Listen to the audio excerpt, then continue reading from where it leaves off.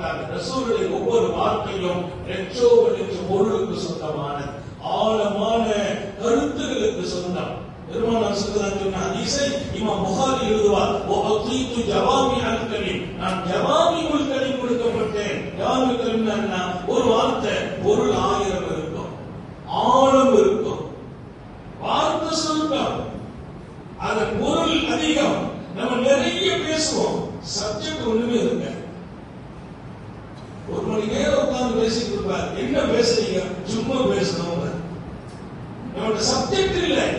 ரசூலுடைய வார்த்தை ஓயின் அத்வாலத், ஒத்த சொல் கோணிங்க, ஓயின் அத்வாலத், உறவோடு நீ இணையணும், உறவுக்காக பாடுபடு, உறவோடு சேர்த்து வாழு. இன்னும் ஒன்றையும் சேர்த்து சொல்கிறேன், அந்த உறவு நீ வேண்டாம் என்று தூக்கி வீசினாலும், அந்த உறவு நீ வேண்டாம் என்று தூக்கி வீசுகிறது, வேண்டாம் ஒதுக்குகிறது, ஒதுக்கட்டும், தூக்கி வீசட்டும், நீ விடாமல் இணைந்து விடு. சுப்ஹானல்லாஹ்.